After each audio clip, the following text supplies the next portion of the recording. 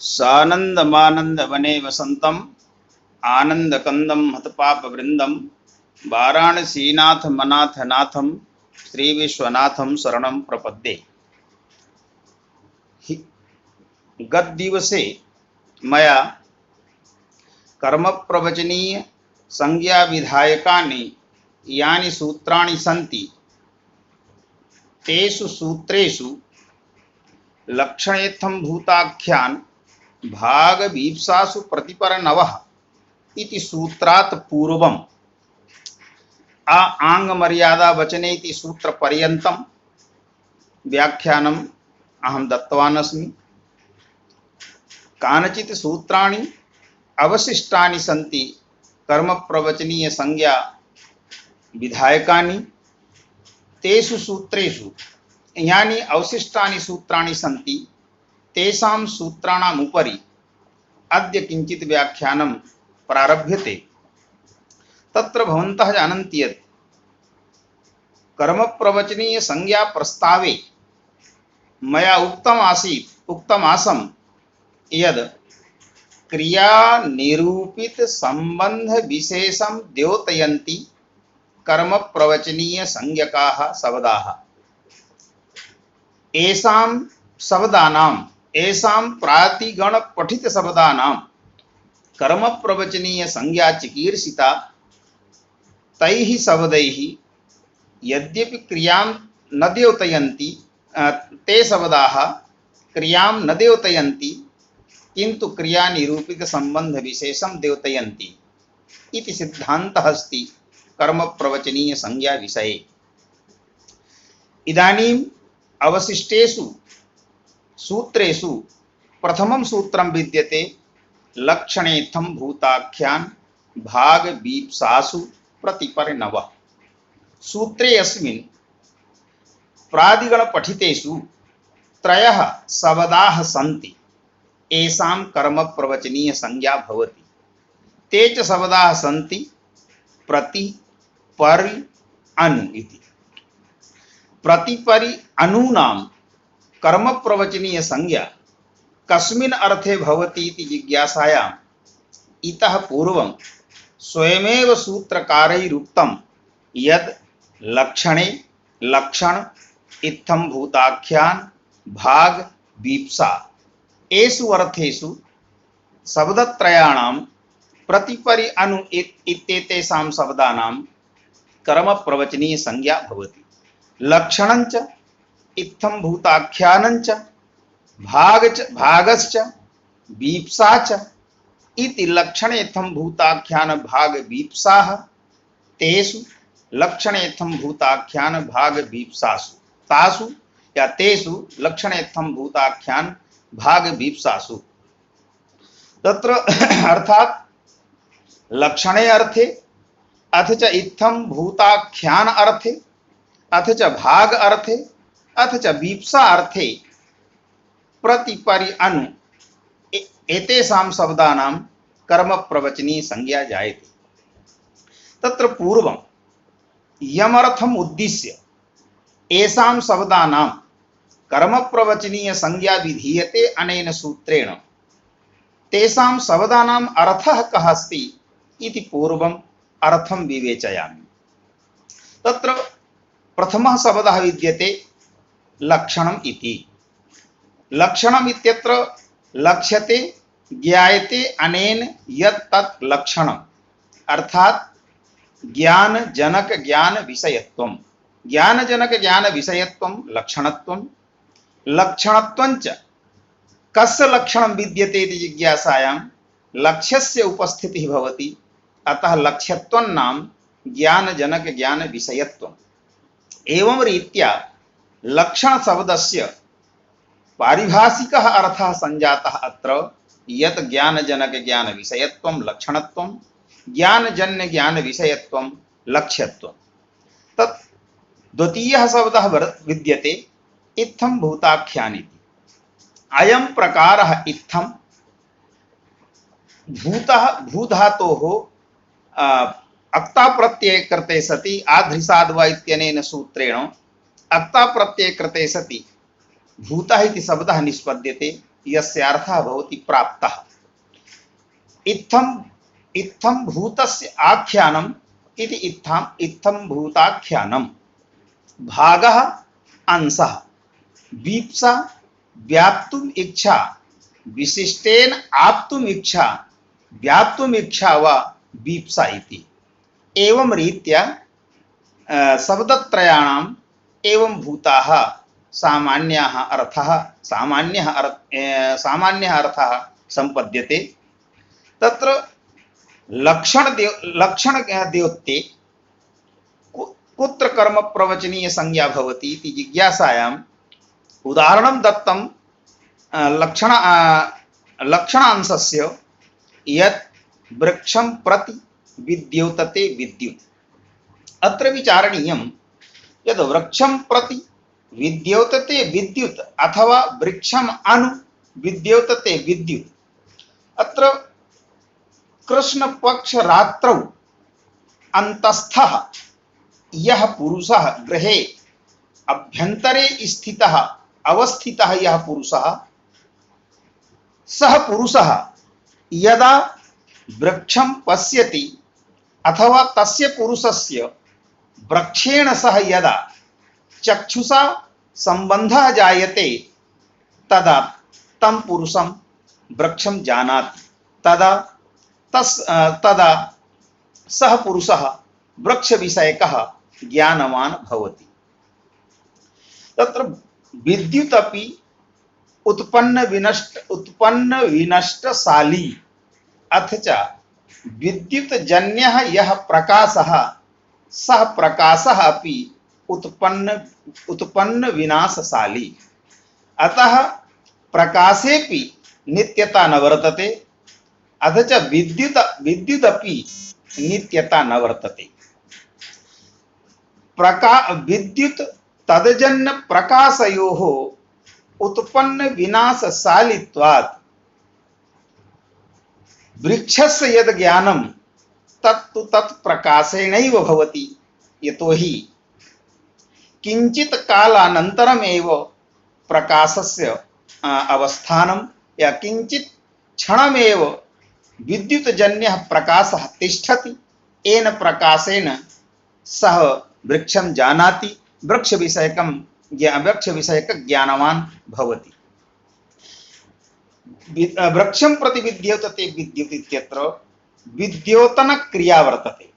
विद्योतन क्रिया निरूपिता जनकता विद्युत् वर्तते। विद्युतः विद्युतजन्यः यः प्रकाशः सः प्रकाशः वृक्ष विषयक ज्ञाने कारणम्। एवञ्च लक्षणम् अत्र लक्षणस्य कः अर्थः जातः? ज्ञापकता। वृक्षे ज्ञापकता वर्तते, विद्युति च ज्ञाप्यता वर्तते।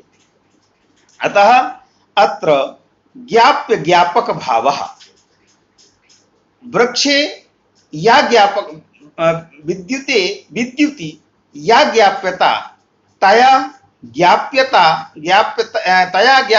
तद्ज्ञाप्यता निरूपिता ज्ञापकता वृक्षे वर्तते। अतः वृक्षः लक्षणं विद्युत् च लक्ष्या वर्तते। एवं रीत्या लक्ष्य लक्षण भावत्र संबंध सत्वेन विद्युत् अथ च प्रकाशस्य वृक्षस्य मध्ये लक्ष्य लक्षण भाव संबंधः एवञ्च लक्ष्य लक्षण भाव संबंधस्य द्योतकत्वात् अनोः अत्र कर्म प्रवचनीय संज्ञा भवति। अथ च विद्युत विद्योतन रूपा या क्रिया तया या तत्क्रिया निरूपितः यः संबंधः लक्ष्य लक्षण भावः तद लक्ष्य लक्षण भाव संबंधस्य ज्ञापकः भवति। अतः क्रिया निरूपित संबंधस्य ज्ञापकत्वात् अनोः कर्म प्रवचनीय संज्ञा जायते।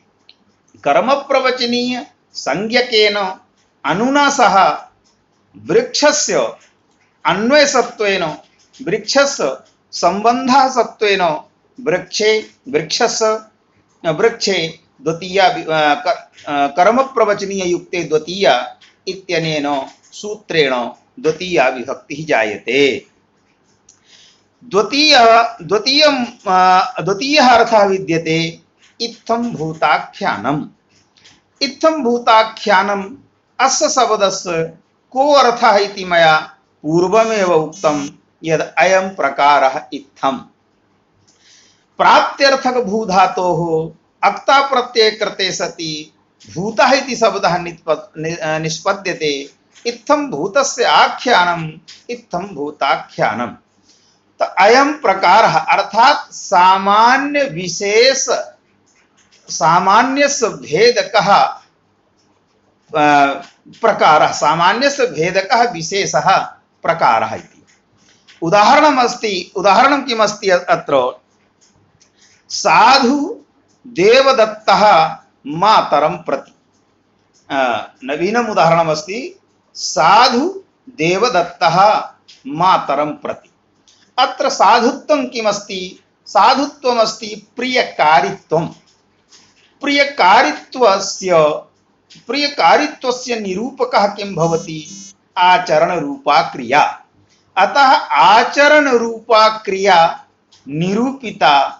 निरूपितं यत् प्रियकारित्वं तस्य प्रियकारित्वस्य यः सम्बन्धः मात्रा सह तस्य सम्बन्धस्य ज्ञापकः भवति अत्र प्रतिपरि अनु इत्यादयः शब्दाः। अतः अत्रापि प्रतेः कर्म प्रवचनीय संज्ञा तेन कर्म प्रवचनीय संज्ञकेन सह मातृपदार्थस्य प्रतियोगित्वेन अन्वयात् मातृशब्दात् द्वितीया विभक्तिः भवति। अतः अत्रापि इदमेव वक्तव्यं यत् आचरण रूपा अनुकूलाचरण रूपाया क्रिया तया क्रियाया जन्यः प्रियकारित्वं तत् प्रियकारित्वस्य सम्बन्धः मात्रा सह वर्तते। अतः अत्रापि क्रिया निरूपित सम्बन्धं द्योतयति एते उपसर्ग पदवाच्याः प्रतिपरि अनवः इत्यादयः। अतः अत्रापि क्रिया निरूपित संबंध विशेषस्य द्योतकत्वात् कर्म प्रवचनीय संज्ञा जायते और तेन कर्म प्रवचनीय संज्ञकेन सह तेन कर्म प्रवचनीय संज्ञकेन सह अन्वितस्य मातृपदार्थस्य प्रतियोगित्वेन अन्वितस्य मातृपदार्थे द्वितीया विभक्तिः जायते। तृतीयः प्रयोगः तृतीयः इति भागः। भागः इत्यस्य किं तात्पर्यं? स्वीकार्यः अंशः भागः। माम् उद्दिश्य यः अंशः विभक्तः तदंशः मम दीयताम्। इयमेव स्वीकार्यता। माम् उद्दिश्य यः अंशः विभक्तः सः अंशः मां दीयताम् इत्याकारकः अर्थः भवति। अस्य वाक्यस्य तच्च वाक्यमस्ति यदत्र मां प्रति स्यात्। यदत्र मां प्रति स्यात्। अतः स्वीकार्यः अंशः भागः भवति। अत्र दान विभजन माम् उद्दिश्य यस्य विभागः कृतः यस्य अंशस्य विभागः कृतः तदंशः मां मह्यं दीयताम्। अतः विभजन क्रिया निरूपितः यः संबंधः तत्संबंधस्य द्योतकः वर्तते अत्र प्रतिपरि अनवः इत्यादि शब्दाः। अतः अत्रापि कर्म प्रवचनीय संज्ञा तेन कर्म प्रवचनीय संज्ञकेन सह अन्वितस्य अस्मद्पदात् द्वितीया विभक्तिः जायते। तृतीयः वर्तते वीप्सा इति। वीप्सा इति पदस्य अर्थः मया सम्पादितः यत् व्याप्तुम इच्छा वीप्सा। यथा वृक्षं प्रति वृक्षं प्रति सिंचति। वृक्षं प्रति सिंचति इत्यत्र वस्तुतः अनेन वाक्येन किं तात्पर्यम् आयाति यत् इति विचारणायाम् इदमेव तात्पर्यम् आयाति यत् सेकक्रिया निरूपिता या व्यापकता वर्तते, सेकक्रिया निरूपिता सेकक्रियायाः यः सम्बन्धः वर्तते सः सम्बन्धः प्रत्येकेषु वृक्षेषु वर्तते, प्रत्येकैः वृक्षैः सह सम्बन्धः वर्तते, न तु एकेन वृक्षेण सह। अतः सर्वेषां वृक्षाणां व्याप्तुं यतः इच्छति सेकक्रियया द्वारा, अतः अत्र व्याप्तुम् इच्छा वीप्सा इति लक्षणस्य संघटनं जायते। तस्याः वीप्सायाः द्योतकः भवति प्रतीति, अतः प्रतेः कर्म प्रवचनीय संज्ञा जायते। अत्र कश्चन विचारः वर्तते, सच विचारः अवश्यमेव श्रोतव्यः। सच विचारः इत्थं वर्तते यत् मासं प्रतिमासम् अधीते इत्येकं वाक्यं वर्तते। प्रतिमासम् अधीते इत्यस्मिन् वाक्ये मास शब्दस्य द्वित्वं न जातं, किन्तु प्रतिमासम् अधीते इत्यस्य इदमेव तात्पर्यं वर्तते यद अध्ययन क्रियया सह 30 दिनात्मकः यः कालः यस्य कृते मासत्व व्यवहारः तस्य मासस्य सम्बन्धः। यदि 30 दिनात्मकेषु कालेषु एकस्यापि दिनात्मकस्य कालस्य अध्ययन क्रियया सह सम्बन्धः न भविष्यति चेत् तदा प्रतिशब्दः वीप्सार्थको न भविष्यति। अतः प्रतिमासम् अधीते इत्यत्र अध्ययन क्रियया सह मास 30 दिनात्मकः यः मासात्मकः कालः तस्य कालस्य सम्बन्धः। विचारयन्तु, अत्र द्विवचनत्वं नास्ति। मास शब्दस्य वारद्वयं प्रयोगः मारद्वयम् उच्चारणं न जातं, तथापि प्रतिशब्दस्य वीप्सा रूपः अर्थः भवति। गृहे गृहे अश्वाः इत्यत्र प्रतिशब्दः न विद्यते, किन्तु प्रत्येकस्मिन् गृहनिष्ठ व्याप्यता निरूपिता व्यापकता अश्वे वर्तते। तो अत्र गृहे अश्वाः इत्यनेन वाक्येन किं तात्पर्यं यत् एकमपि गृहम् एवं नास्ति यत्र अश्वस्य सम्बन्धः नास्ति, अश्वस्य सम्बन्धः न स्यात्। अतः प्रत्येकस्मिन् गृहे अश्व सम्बन्ध ज्ञापनाय अत्र दुर्वचनं कृतम्। अतः गृहे अश्वाः इति गृहे अश्वाः सन्ति इत्यादि प्रयोगाः जायन्ते। अत्र प्रतिशब्दस्य वाक्येऽस्मिन् प्रतिशब्दस्य उच्चारणाभावेपि दुर्वचने नैव सा वीप्सा ज्ञापिता भवति। अतः वीप्सायाः द्योतकः द्विविधः, वीप्सायाः द्योतकत्वे द्विविधत्वं जातं। क्वचित् सा वीप्सा प्रतिशब्देन ज्ञाप्यते बोध्यते, क्वचित् सा वीप्सा मात्र दुर्वचनेन बोध्यते। तस्याः वीप्सायाः बोधः क्वचित् दुर्वचनेन भवति, क्वचित् च प्रतिशब्देन भवति। इति पृथक् पृथक् स्थितिः।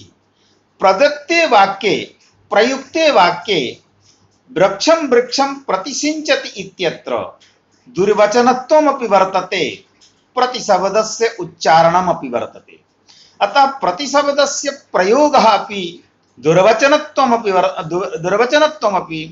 दुर्वचनेनैव दुर्वचनत्वेनापि वीप्सायाः एव प्रतीतिः, प्रतिशब्देनापि वीप्सायाः एव प्रतीतिः।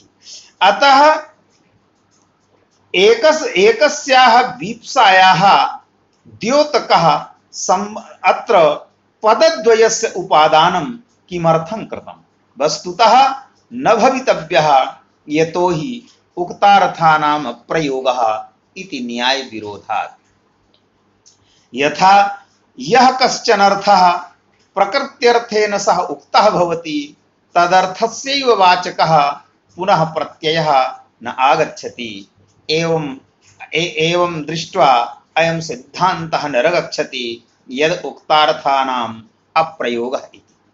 अतः उक्तार्थानाम् अप्रयोगः इति न्याय विरोधात् अत्र एकमेव कार्यं भविष्यति, प्रतिशब्दस्य प्रयोगः क्रियताम् अथवा दुर्वचनत्वमेव क्रियताम्। किमर्थं दुर्वचनत्वमपि साधितम् अथ च प्रतिशब्दस्य प्रयोगः अपि कृतः, तच्च न समीचीनं प्रतिभाति। यद्यपि तथापि अत्र किञ्चित् विचारणीयं यत् प्रतिशब्देन बोधिताया वीप्सा, प्रतिशब्देन यस्याः वीप्सायाः बोधः भवति, तस्याः वीप्सायाः अन्वयः कुत्र जायते?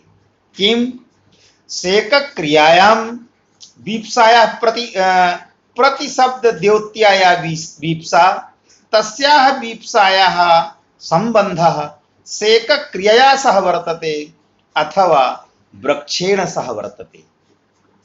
तत्र उभयत्र व्याप्तिः अपेक्षिता भवति, उभयत्र वीप्सा अपेक्षिता वर्तते। सेकक्रियायामपि